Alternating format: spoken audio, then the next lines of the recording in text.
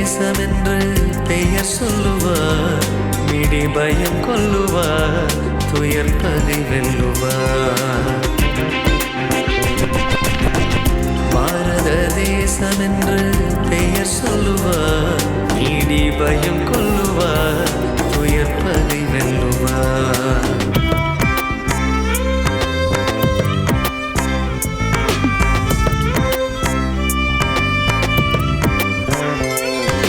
பாரத தேசமென்று பெயர் சொல்லுவார், மிடி பயம் கொல்லுவார், துயர் பகை வெல்லுவார். டிடி தமிழ் நேயர்களுக்கு அன்பு வணக்கம். புத்தம் புதிய நிகழ்ச்சி இது. நம்முடைய இந்திய தேசத்திற்காக, இந்த மண்ணிற்காக தியாகம் செய்த வீரர்களை பற்றி, தியாக சீலர்களை பற்றிய ஒரு தொடர் இது. இன்றைக்கு நாம் பார்க்க இருப்பது திருப்பூர் குமரன் அவர்களை பற்றி. சும்மா வந்ததா சுதந்திரம் என்று கேட்டார்கள்.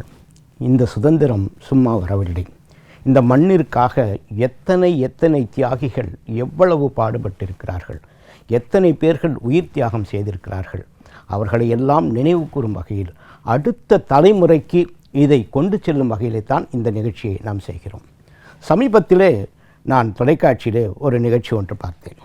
அதில் ஒரு இளைஞர் தேசிய கொடியை எரித்ததற்காக காவல்துறையினால் கைது செய்யப்படுகிறார். இந்த கொடியினுடைய அருமை இன்றைய இளைஞர்களுக்கு தெரியுமா என்பது மிகப்பெரிய கேள்விக்குறி. அவர்களை பொறுத்தவரை தேசிய கொடி என்பது வெறும் சுதந்திர தினத்தன்றும் குடியரசு தினத்தன்று மட்டும் கொண்டாடப்பட வேண்டிய விஷயம் என்று நினைக்கிறார்கள். உண்மையில் அது கிடையாது. இந்த கொடிக்கு பின்னால் ஒரு மிகப்பெரிய வரலாறு இருக்கிறது. இந்த கொடியை காத்த வீரர்கள் இருக்கிறார்கள். அவர்களினுடைய தியாகங்களை நினைவு கூற வேண்டும். அப்படிப்பட்ட ஒரு இளைஞர் தான் 28 வயதில் இந்திய தேசத்திற்காக தன்னுடைய உயிரை கொடுத்த திருப்பூர் குமரன் அவர்கள். சென்னிமலையிலே மிக ஒரு சாதாரண குடும்பத்தில் பிறந்தார். நெசவு செய்யக்கூடிய குடும்பம். நெசவு செய்யக்கூடிய குடும்பம் என்று சொன்னால் அந்த குடும்பத்தில் எவ்வளவு வறுமை இருக்கும் என்று நீங்கள் தெரிந்து கொள்ளலாம். அந்த குடும்பத்தில் எத்தனை பேர் இருந்தாலும் அத்தனை பேருக்கும் உணவு கிடையாது. அவ்வளவு ஒரு சோகமான ஒரு குடும்பத்திலிருந்து வந்தார். இந்திய சுதந்திர போராட்டத்தினுடைய சிறப்பம்சம் என்னவென்று சொன்னால், தலைவர்கள், போராடக்கூடிய தலைவர்களை பற்றி எல்லோரும் பேசுவார்கள். தலைவர்கள் உலக புகழ் அடைவார்கள். ஆனால் அது கிடையாது. ஒரு சாதாரண தொண்டன் கூட தன்னுடைய கொடியை பிடித்ததற்காக இந்த தேசத்தில் இன்று வரை பேசப்படுகிறார் என்று சொன்னால் அதுதான் திருப்பூர் குமரன். வறுமை வறுமை வறுமை. நெசவை பற்றி சொல்லுகின்ற போது சொல்வார்கள், ஒரு நெசவாளி கவிதை எழுதுகிறான், என்னுடைய ஆடையில் நெய்த நூலை விட தைத்த நூல் அதிகம் என்று சொல்கிறான். அப்படின்னா நெசவாளனுடைய வறுமையை நீங்கள் தெரிந்து கொள்ளலாம். அப்படிப்பட்ட ஒரு சாதாரண குடும்பத்தில் பிறந்த திருப்பூர் குமரன் அவர்கள் அந்த நெசவாளர் குடும்பத்திலிருந்து தலையில் மூட்டையை சுமந்து கொண்டு பக்கத்தில் இருக்கக்கூடிய சென்னிமலையிலிருந்து திருப்பூருக்கு சென்று அந்த திருப்பூரிலே வியாபாரம் செய்து வந்திருக்கிறார். இன்றைக்கு போன்ற அன்று வசதிகள் கிடையாது. கால்நடையாகவே போய் சேர்ந்து வந்திருக்கிறார். கொஞ்ச காலம் பொறுத்த பிறகு இது தினமும் சென்று வருவது மிக கடினமாக இருக்கிறது என்ற சூழ்நிலையிலே அந்த இடத்தில் இருந்து அவர்கள் திருப்பூருக்கு இடம்பெயர்கிறார்கள். நெசவை நூற்பதற்காக தன்னுடைய சொந்தக்காரருடைய வீட்டில் போகிறாரு. இப்போ என்ன ஒரு விஷயம் என்று சொன்னால், வெறும் நெசவு தொழிலை மட்டும் வைத்து கொண்டால் நாம் என்ன செய்வது என்று சொல்லி ஒரு கணக்கராக ஒரு இடத்துல போய் வேலை செய்கிறார். அந்த கணக்கர் என்பது பஞ்சை எடை போட்டு வாங்கக்கூடிய ஒரு சூழலாகும். அதிலோட முக்கியமான விஷயம் என்று சொன்னால் அதில் நிறைய ஏமாற்றுகள் நடக்கும். ஆனால் குமரன் அவர்கள் உண்மையான தேசபக்தர், நேர்மையானவர் என்பதற்காக அந்த இடத்திலே அவர்களுக்கு அந்த பதவி கொடுத்தார்கள். ஓய்வு நேரத்தில், அதாவது நெசவு செய்து மீதி இருக்கக்கூடிய நேரத்திலே திருப்பூர் குமரன் அவர்கள் யோசித்தார், தேசத்திற்காக காந்தி அங்கு அவ்வளவு பாடுபட்டு கொண்டிருக்கிறார். காந்தியினுடைய உரைகள் எல்லாம் கேட்கக்கூடிய வாய்ப்பு அவருக்கு கிடைத்ததுனால நாம் ஏன் தேசபந்து என்று ஒரு இயக்கத்தை ஆரம்பிக்கலாம் என்று சொல்லி திருப்பூரிலே சில இளைஞர்களை மட்டுமே வைத்துக்கொண்டு தேசபந்து என்ற அந்த இயக்கத்தை ஆரம்பிக்கிறார். மீதி நேரங்களிலெல்லாம் திருப்பூர் குமரன் மிக அழகாக பாடுவார். ஆகவே அந்த பஜனை பாடல்களை அருகில் இருக்கக்கூடிய அந்த காமாட்சி கோயிலிலே போய் அவர் பாடக்கூடிய சூழல் இருக்கிறது. இப்படியாக நடந்து கொண்டிருக்கிற போது தேசம் முழுக்கும் ஒத்துழையாமை இயக்கத்தை பற்றி காந்தி அறிவிக்கிறார். காந்தி திருப்பூருக்கும் ஏற்கனவே வந்திருக்கிறார். காந்தி 1925 திருப்பூருக்கு வருகின்ற போது காந்திக்கு பாதுகாவலராக ஒரு சிறுவன் இருப்பார். ஒரு அரைக்கால் சட்டை போட்டு ஒரு ஓரத்தில் மிக ஒரு ஒல்லிய ஒரு உருவம் இருக்கும். அதுதான் திருப்பூர் குமரன். அப்படி இருக்கின்ற போது காந்தியினுடைய அந்த ஒத்துழையாமை இயக்கம் வருகின்ற போது எல்லா இடத்திலும் போராட்டங்கள் நடைபெறுகிறது. திருப்பூரிலும் போராட்டம் நடத்த வேண்டும் என்று திருப்பூர் குமரன் அவர்கள் நினைக்கிறார். ஆகவே அங்கே இருக்கக்கூடிய இளைஞர்களை எல்லாம் சேர்த்து கொண்டு ஒரு போராட்டத்தை, ஒரு ஊர்வலத்தை நாம் நடத்த வேண்டும் என்று. மொத்தமே ஊர்வலத்தில் 9 பேர்கள் மட்டும்தான் கலந்து கொள்கிறார்கள். அந்த 9 பேரில் குமரனையும் சேர்த்து. ஆகவே எல்லோருமே கொடியை பிடித்து 2 பேராக போகிறார்கள். முதல் வரிசையிலே திருப்பூர் குமரன் அவர்கள் அந்த கொடியை பிடித்தபடி நினைக்கிறார். அந்த கொடியை பிடிக்கின்ற போது திருப்பூர் குமரனுக்கு இருக்கக்கூடிய அந்த கம்பீரம் இருக்கிறது பாருங்கள். நாம் தேசிய கொடியை ஏந்தி நடக்கிறோம் என்று அந்த கம்பீரத்தோடு போகிறார். ஆனால் வெள்ளையர்கள் மிக நீண்ட நாட்களாக திருப்பூர் குமரனை கவனித்து கொண்டே வருகிறார்கள். இவரை நம்ம ஒரு சரியான பாடம் கற்றுக் கொடுக்க வேண்டும். ஏனென்று சொன்னால் எப்பொழுதெல்லாம் தேசத்திற்காக பாடுபடுகிறார்களோ அந்த இளைஞர்கள் மீது காவல்துறைக்கு ஒரு கண் இருந்து கொண்டே இருக்கும். அப்படிதான் திருப்பூர் குமரன் அவர்கள் முன்னே சென்று கொண்டிருக்கிறார். காவலர்கள் பார்க்கிறார்கள், இதுதான் சமயம் என்று தடியடி நடத்துகிறார்கள். ஆனால் திருப்பூர் குமரனுடைய எந்த கொடியை அவன் தேசிய கொடியை பிடித்தானோ அந்த கையில் அடிக்கிறாங்க. நம்ம என்ன பண்ணுவோம், அந்த கொடியை போட்டு விட்டு போகும். கூட இருக்கிறவர்கள் எல்லோருமே கொடியை போட்டு விட்டு உயிர் தப்பினால் போதும் என்று ஓடுகிறார்கள். ஆனால் திருப்பூர் குமரன், என் உயிரே போனாலும் இந்த தேசிய கொடியை நான் விடமாட்டேன் என்று மிக மிக கெட்டியாக பிடித்து கொண்டிருக்கிறார். அடிக்கிறார்கள், அடி விழுகிறது.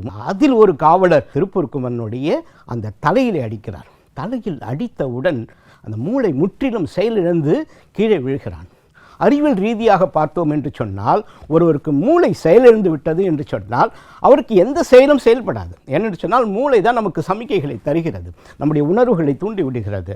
ஆகவே மூளை கைக்கு கட்டளை கொடுக்கவில்லை, இதை கெட்டியாக பிடி என்று சொல்லி. மூளை கட்டளை கொடுக்காத சமயத்திலும் இந்த கொடியை குமரன் அவர்கள் தூக்கி பிடித்த வண்ணம் மண்ணிலே கீழே விழுந்திருக்கிறார். வெள்ளைக்காரன் கோபத்தில் அந்த கொடியை பிடுங்குறான், பிடிக்க முடியல அவனால். அவ்வளவு கெட்டியாக அந்த கொடியை அவர் பிடித்து கொண்டிருக்கிறார். நண்பர்களை யோசித்து பாருங்கள், ஒரு 28 வயது இளைஞன் தேசிய கொடியை பிடித்து கொண்டு நான் உயிரை விடுவேன் என்கின்ற அந்த எண்ணம் எத்தனை இளைஞர்களுக்கு இன்று இருக்கிறது என்று பார்க்க வேண்டும். அடிமேல் அடி, குற்றுயிரும் குடையுருமாக இருக்கிறார்கள். இவரை அப்படியே அள்ளி கொண்டு அருகில் இருக்கக்கூடிய மருத்துவமனைக்கு செல்கிறார்கள். மருத்துவமனையிலே தேசத்திற்கு எதிராக இவர் குற்றம் புரிந்தார் என்று ஒரு பொய் வழக்கை போட்டு பதிவு செய்கிறார்கள். இவர் கூட இருந்த இன்னொரு வீரர்கள் ஒரு 3 பேர்கள் இருக்கிறார்கள். அவர்களும் குற்றுயிரும் குடையுருமாக இருக்கிறார்கள். அடுத்த 2 நாளிலே இவர் இறந்து போகிறார். ஜனவரி 11ஆம் தேதி 1932ஆம் ஆண்டு குமரனுடைய உயிர் பெறுகிறது. நான் நினைத்து பார்க்கிறேன், தேசிய கொடியின் மீது இருக்கக்கூடிய பற்று அந்த இளைஞருக்கு இருப்பது போல் இன்று எத்தனை இளைஞர்களுக்கு இருக்கிறது என்று. அவருடைய இறப்பு மக்களுக்கு தெரியக்கூடாது. ஏனென்று சொன்னால், எப்பொழுது நீங்கள் ஒருவன் இந்த கொடிக்காக உயிர் தியாகம் செய்துவிட்டான் என்று சொன்னால் எல்லோரும் அதையே செய்வார்கள் என்பதனால அவர்களை புதைக்கின்ற இடத்தை கூட அவர்கள் சொல்லவில்லை. அதாவது இறுதி ஊர்வலம் 4 பேரோடு நடக்கும். ஆனால் குமரனுக்கு 2 பேர்கள் மூட்டையில் தூக்கி கொண்டு ஒரு தெரியாத இடத்திற்கு போகிறார்கள். போய் அவர்களுடைய உறவினர்களிடம் கொடுக்கிறார்கள். இன்றைக்கு கூட அவரை புதைத்த இடம் என்று நமக்கு எது என்றே தெரியாது. அவரோடு அவருடைய சகோதரர் ஆறுமுகம் அவர்கள் இறுதிச் சடங்கு செய்ய அனுமதிக்கப்படுகிறார்கள். அப்போ அவர் சொல்கிறார், அவருக்கு வாரிசு எதுவுமே கிடையாது. 28 வயது வரை வாழ்ந்த அவருக்கு மனைவியோட 6 வருஷம் தான் வாழ்கிறாரு. அவருக்கு எந்த வாரிசும் கிடையாது. அப்போ அவருடைய நண்பர்கள், கூட இருக்கக்கூடிய நண்பர்கள் சொல்லுகிறார்கள், இவருக்கு நாங்கள் கொல்லி வைக்கிறோம் என்று 2 நண்பர்கள் கொல்லி வைக்கிறார்கள். அதற்கு பிறகு நீங்கள் எல்லோரும் இதோடு கதை முடிந்து விட்டது என்று நீங்கள் நினைக்க வேண்டாம். திருப்பூர் குமரனுடைய மனைவியை பற்றி நாம் யோசிக்க வேண்டும். எத்தனை பேர் அதை யோசித்திருப்பார்கள் என்று தெரியவில்லை. அவருடைய மனைவி ராமாயி. இவர் இருக்கின்ற போது அவருக்கு வயது 17. அந்த 17 வயதிலே அவர் விதவியாகி விடுகிறார். அதற்கு பிறகு அவர் 98 வயது வரைக்கும் வாழ்கிறார். நன்றாக நினைத்து பாருங்கள், அந்த காலத்தில் ஒரு விதவினுடைய வாழ்க்கை என்பது, கணவன் இல்லாத சூழ்நிலை, அவர் எவ்வளவு வறுமையில் இருந்திருப்பார், யார் அவரை காப்பாற்றியிருப்பார்கள், இந்த சமூகம் அவருக்கு எந்த உதவி செய்திருக்கும். அப்போ அப்படி கைமையோடு அந்த வாழ்ந்த வாழ்வு, ஏறக்குறைய அவர் 17 வயதில் கணவனை இழந்து 73 ஆண்டுகள் கைமை வாழ்வில் இருக்கிறார். அப்போ அந்த வாழ்வுக்கான நீதி என்ன? ஒரு சம்பவத்தை நான் உங்களுக்கு சொல்லுகிறேன். அவர் ராஜபாட் ரங்கதுரை என்று நடிகர் திலகம் சிவாஜி கணேசன் அவர்கள் நடித்த படத்தை பார்க்க வேண்டும் என்று விரும்புகிறார். அப்போ அதை அவங்களுக்கு போட்டு காட்டுறாங்க. அவர் போட்டு காட்டுகின்ற போது அதில் சிவாஜி கணேசன் அவர்கள் திருப்பூர் குமரனாக ஒரு காட்சியிலே நடித்திருப்பார். அந்த காட்சியில் அவர் இறக்கின்ற அந்த கட்டத்திலே இவர் ராமாயி அவர்கள் மயக்கம் போட்டு விழுந்து விட்டார்கள். அப்போது எல்லாரும் கேட்குறாங்க, ஏன் மயக்கம் போட்டு விழுந்துட்டீங்க அப்படின்னும் போது அவர் சொல்லுகின்ற வார்த்தை, என்னுடைய கணவனுடைய முகம் மறந்து போய்விட்டது. பாரதி சொல்லுவான், ஆசை முகம் மறந்து போச்சேடி, யாரிடம் சொல்லுவேன் தோழி என்று அழுவார் பாருங்க. இத்தனை வருடங்கள் கைமை வாழ்வு, அந்த முகம் கூட மறந்து போய்விட்டது. என்னுடைய கணவர் எப்படி இறந்திருப்பார் என்று நான் நினைத்தேன், அதனால் மயங்கி விழுந்தேன் என்று சொல்லக்கூடிய அளவில் இருந்தது.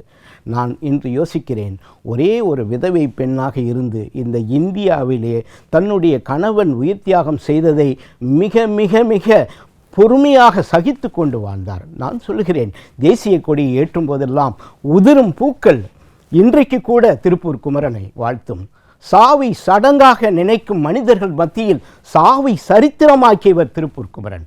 வாரிசு இல்லாமலே அவருடைய வாழ்க்கை போனாலும் நாமக்கல் அடிகளார் மிக அழகாக சொல்வார், நாட்டுக்கு ஒரு நல்ல மகன் நீ, நாட்டுப்பற்றில் என்றும் தலைமகன் நீ, வீட்டிற்கு ஒரு பிள்ளை உன்போல் வேண்டுமென்று வேண்டுகிறோம் என்று. ஆகவே அப்படிப்பட்ட பிள்ளைகள் தான் நமக்கு வேண்டும். இந்த நிகழ்ச்சியை பார்த்து கொண்டிருக்கக்கூடியவர்கள் சுதந்திர தாகம் என்பது வெறும் நிகழ்ச்சியாக மட்டும் பார்க்காமல், இந்த நிகழ்ச்சியின் மூலமாக இந்த மண்ணிற்காக, நம்முடைய தேசிய கொடிக்காக உயிர் நீத்த ஒவ்வொரு வீரர்களையும் நினைவு கூற வேண்டும். தேசிய கொடி என்பது கொடியேற்றுவது மகிழ்வுக்காக மட்டுமே அல்ல, அவருடைய தியாக செயலை நாம் நினைத்து பார்க்க வேண்டும். நினைப்போம். மீண்டும் அடுத்த நிகழ்ச்சியில் நான் உங்களை சந்திக்கிறேன். அதுவரை நன்றி, வணக்கம், ஜெய்ஹிந்த்.